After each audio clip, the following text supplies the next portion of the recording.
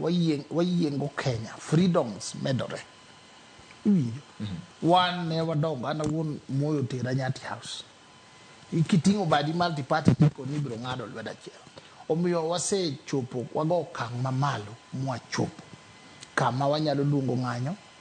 to jidhie ng'anyo kuma maraj nitie joma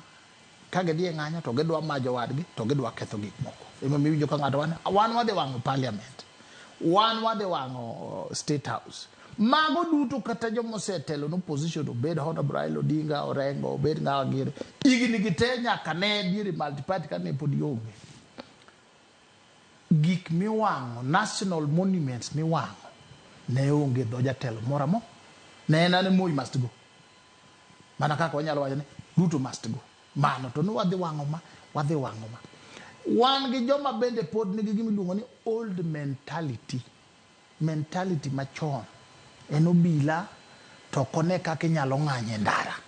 pok ong'eyo ni Kenya lokore waseyawo space mang'anyo no en gima official minyalo ng'anyo ma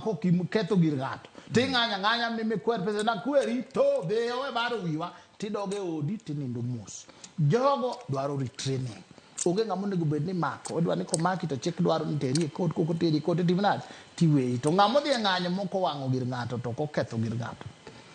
en mana ng'ama express tabu mare ok onego bed ni obedo kidnapped ok onego bed no ilal kode onego bed ni irestrain